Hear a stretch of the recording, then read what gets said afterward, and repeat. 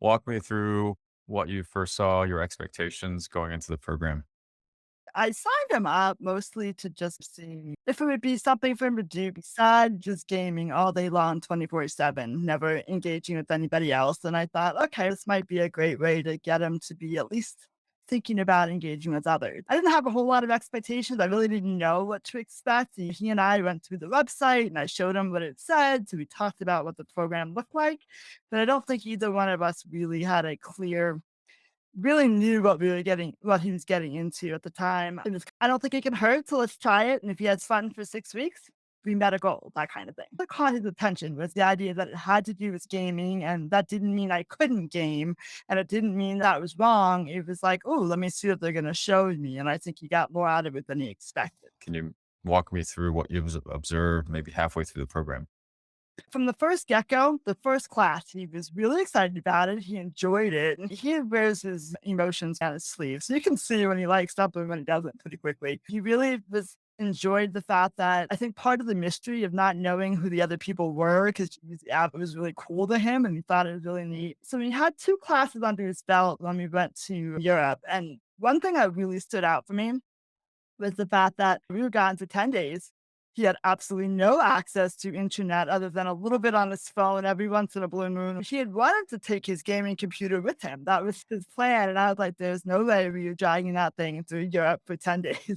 You don't need it. But I noticed that surprisingly, completely surprisingly to me, he didn't seem to miss it. He wasn't looking for it. He wasn't bored. He wasn't going, I can't wait to get home. Even when we came home, I know we had to touch it. We had to go see it, but it wasn't his first thought, and I think that was pretty impressive because we've gone away before where he's, like, constantly on his phone, or he would bring in the time he had just a little iPad and it was always games, but he really was able to disconnect from it for 10 days without it becoming a big deal. Maybe that's the best way to look at it. I'm sure he missed it, but it wasn't the anxiety of, "I'm gonna miss all of the stuff that I thought that he would have," kind of thing. So that was cool to see, and then when we came back, he was eager to get jump right back in it. And at that point, they were talking, I think the lessons were a lot around unplugging and being able to step back from things. And he really grabbed that by the horns like a bull. He was like, he was practicing it. Like I saw him like saying, okay, I'm gonna step back. And he put his hands up like this, which was really cute. And he'd be like, I'm unplugging for a second because I'm getting too deep and I know I'm getting upset and he was playing some sort of, I think it was like an army game of some sort. I'm getting too into it. It's becoming, I'm there and I'm not there. So I'm stepping back. And I was like, what are you doing? And he explained the whole thing to me. And I've seen him do it. It's been several weeks out now, and he's done that multiple times where he would like stop and be like, okay, I need a break. I see him more in my living room now than I have in the last 2 years since he got his gaming computer. He's not on it 24/7. He does take a break and come outside. But that's really where I started to see that at about the 4 week point where he was really starting to be like, okay, this is not my life. So that was kind of cool.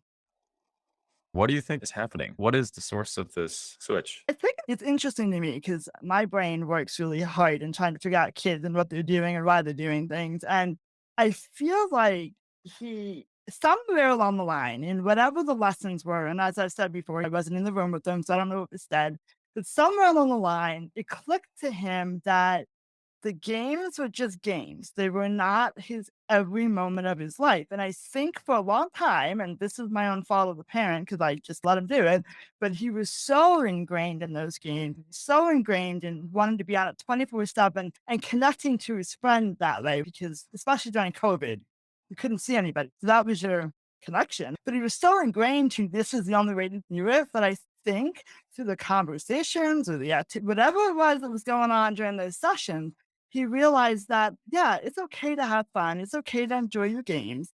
But sometimes when you feel yourself getting too hooked into them, you got to step back because it's not real life. And I think that's what started to penetrate his brain a little bit was this is not my life. This is not real. This is a game. And if I can't walk away from this, I got a problem. And while I've said that for years, right? You got to walk away from games. You can't play it 24/7. He had to come to that realization on his own. And somehow, whatever happened in those 6 weeks together, he was able to start being like, oh, it's almost like that other person saying it. And mommy says you don't listen, but somebody else said that But I don't think it was said it's a bad thing to do this. It was ingrained in like a backdoor kind of way. Like all of a sudden, he was able to say, I see the benefit to you backing up for a minute. It may have only been a minute, but I backed up and then I went back to it. He had to be able to be the one to feel like I see it. And somewhere that started to connect somehow. One of the things we talked about is this element of introspection. It's just growing sense of introspection beyond gaming, just being more reflective, being more thoughtful. Yeah, and I definitely think when you become introspective in general, you tend to it shows up in various parts of your life, right? You're able to be that self-reflective kind of person.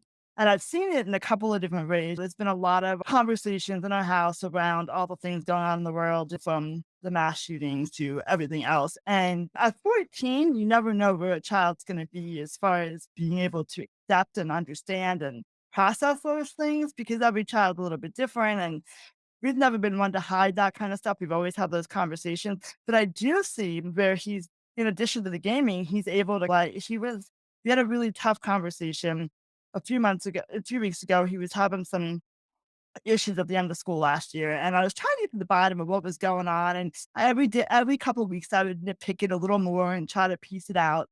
And I got to him the idea that he started talking to me about back in the beginning of school when all the masking mandates were in place and stuff. Our school district had parents that started threatening to come to the school and cause a problem because of the mask mandate.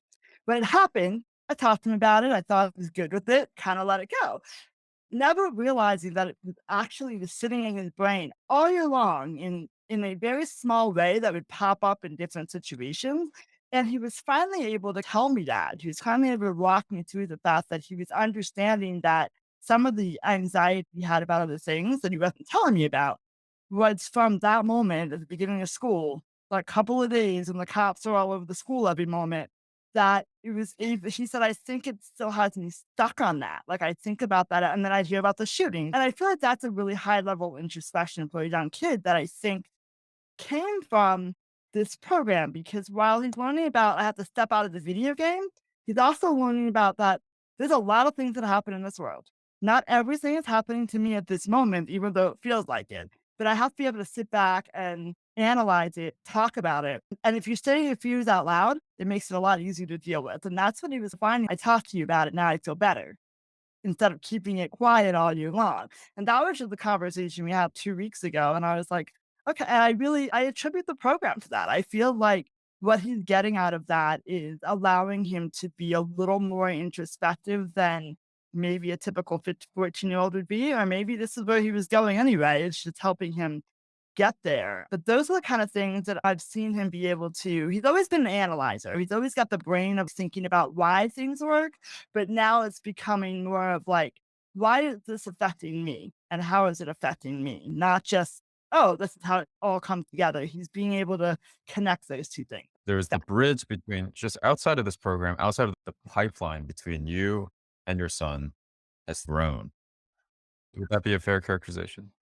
Yeah, we've always had a pretty good connection, but I feel like being able to he does a lot of things. They go to school, they do all those things. You don't always have questions to ask, but through your program too, you guys always gave us what was going on. So it allowed me to come in and be like, okay, so what did you do today? And I could ask questions. So it allowed me to talk, and then he would start talking about it. And through that, I think it opened up lines of being able to just have those conversations in general, both good and bad, because, there's always some bad conversations, but it did allow us to connect again in a way that I think as a young child, he and I were connected, but that teenage life kind of starts to come in and you don't want to tell mom anything. You don't want to be honest about stuff. And I think that it allowed us to go to a common place where he knows how I feel about his video game. I think that was the piece of it.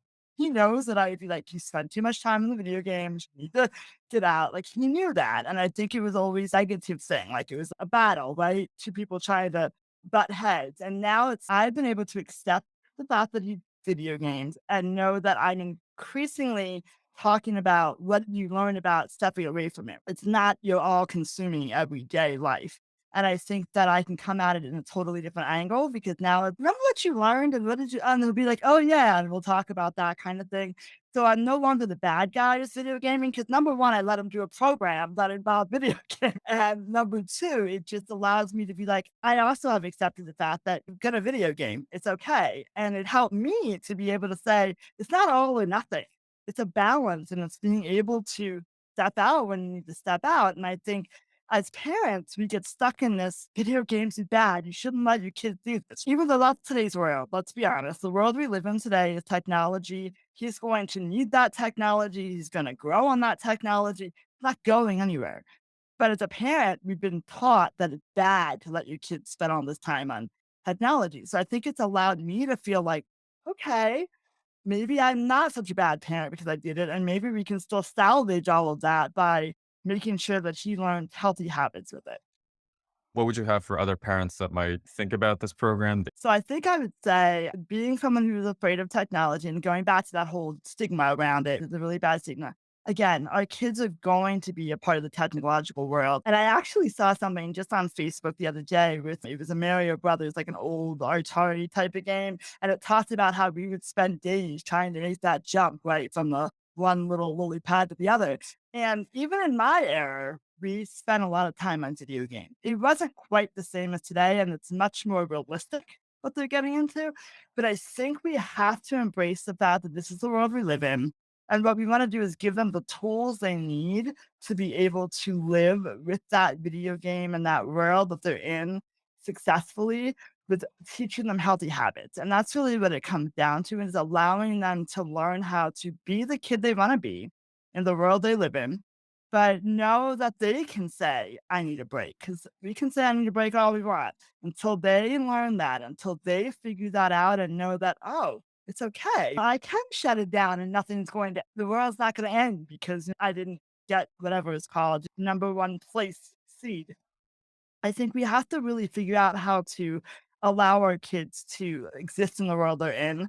And as parents, I think it helps us to be more cognizant of what that looks like. So it's not a battle. Because when we battle with our kids, we really never get anywhere. We need to be partners with them. And this allows us the language and the verbiage to be able to become partners with our children so that we are teaching them that this is life. I get it. I enjoyed things as a kid too. I play games on my phone constantly, and I've had to step back and be like, okay, it's time to take a break. So I learned that as an adult.